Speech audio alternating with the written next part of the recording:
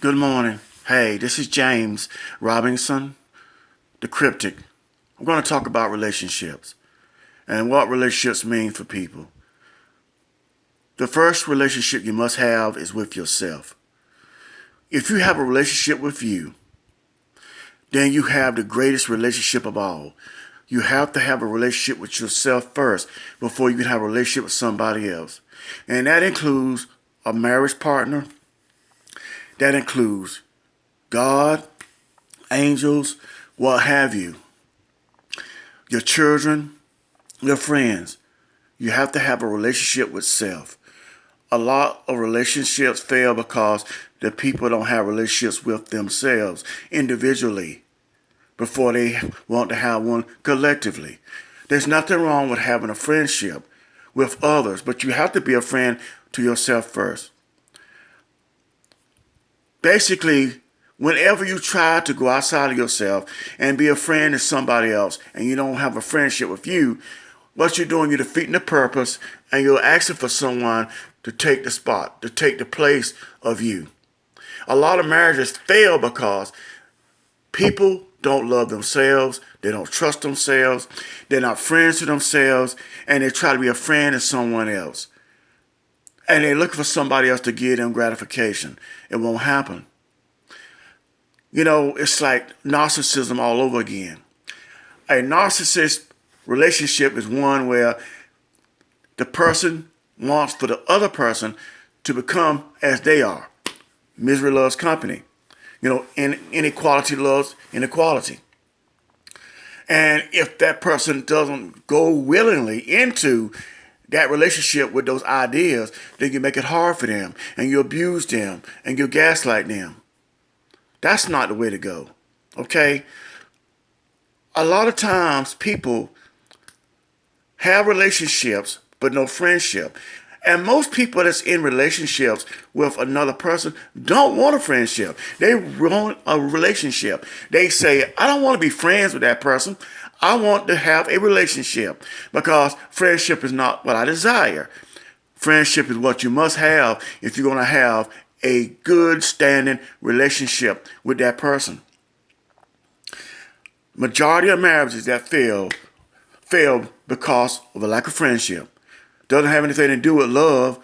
Love has very little to do with the reason why people fail in their marriages. It's because of friendship, consideration, communication, and compassion and understanding. That's why a lot of marriages fail. Because no friendship is there. It's not present. If we have a friendship with the other person, we can take them for the good and the bad. As the marriage vows say, you know, for richer or poor, through sickness and health, through good and bad, till death do us part. And that's really the way we're supposed to be. We're supposed to be people involved with one another through thick and thin. We can take the good with the bad. I was married for 34 years. I was with my ex for 32 years. It was some hard years. It was. Neither one of us were friends with one another. And it took Facebook to end the marriage. It was ending all the while, but Facebook put the exclamation point on it along with the church. It sure did. The church and Facebook. Because whenever you are not your mate's best friend and everybody else is your better friend and your beneficiary and your benediction and you listen to them and you don't listen to your mate, the marriage is over. Most people don't understand this. Most marriages are separated before they get divorced. We have it backwards. We say, I'm going to separate for that person, then I'm going to divorce that person. And let me correct myself. Most marriages are divorced before they separated. Most are divorced. There are a lot of people that's together that's already divorced.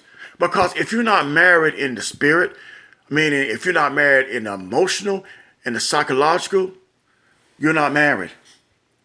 So thinking that you're going to get divorced after you separate, it's not true. You divorce, then you separate.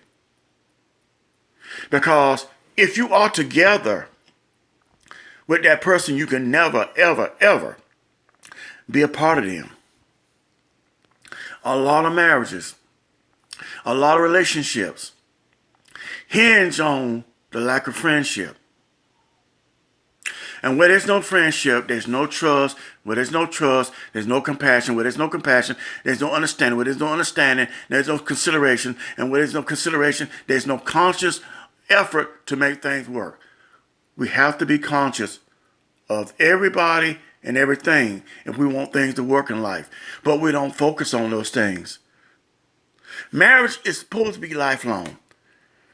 Marriage is between you and you. You marry yourself first, you can marry the other person later. Become whole within you. The marriage between the left and the right, the light and the dark, the up and the down, the satanic and the angelic, or whatever you want to call it, that's what it's all about. To come together. And once we marry ourselves, then we can marry someone else. But you cannot marry someone else if you're not married to self first. We have to be married to ourselves and have the understanding that we are our own keeper. It's not being selfish. It's better to therefore give yourself a gift of you than try to give a part of you to someone else. And that part of you that you're giving is empty because it's not solidified, consolidated. It's not holistic. Marriage is not about two people getting together and having children. Marriage is about you coming together within yourself, spiritually, emotionally, and psychologically, and making a go of it. That's what it's all about. Relationships matter. Relationships are important. The relationship we have with our children are the same that we should have with ourselves. We should cherish the inner person as well as the outer person. There should be unconditional love between you and yourself and you and your mate, you and your children. Okay, you should never ever have conditions when it comes to love for yourself and love for your mate and love for your children. Love them, love yourself, love all things as you love it. And you will never fail in your life. You'll never fail. You will always make a way for your life to get better and better and better and evolve. And there's one important thing that I always tell everybody I deal with. And I'm a counselor, therapist, an analyst, amongst a few other things. A lot of things I do, it's metaphysical, scientific, so have you. I tell people, you can never stop loving somebody once you love them. There's no such thing as I used to love that person, now I don't. Love doesn't work that way. Either you love them or you didn't love them. There's no middle ground. Either you do or you don't. You can't used to love somebody and then not love them again. Love is unusual. Love is unconditional. Love is exalted. But the problem is, most of us don't even know what real love really is. Real love is whatever happens to that person that you love, you're there for them. If they allow you to be. Now, if you were an abusive person, I can understand. But a lot of people, men and women both, leave an abusive mate and get involved with somebody else equally abusive or even worse. I mean, that's like going from the frying pan to the boiler, or like the pot calling the kettle black. You can't do it. It doesn't make any sense. That's insanity. The insanity of life is a lot of times we make the same mistake over and over, expecting different results. It's called insanity. Your life is more important. And I'm going to say this to the women. The women out here. Women, you deserve better than what you have given yourself. You don't have to bow down to no man. Man doesn't mean male. Man means human beings. Don't sell yourself short and don't allow no man to use you. You don't have to. Regardless of what the Bible may say, the church may say, you are not subordinate to a man. You are not less to a male, I should say. You are the same as a male. You are a female, he's male. Marry the male inside of you, marry the female inside of you, and become whole. That's what it's all about. You are just as good as your partner. You don't need to walk behind him. You don't have to walk under him. You don't have to bow to him. You walk beside him, with him. Don't let nobody sell you short.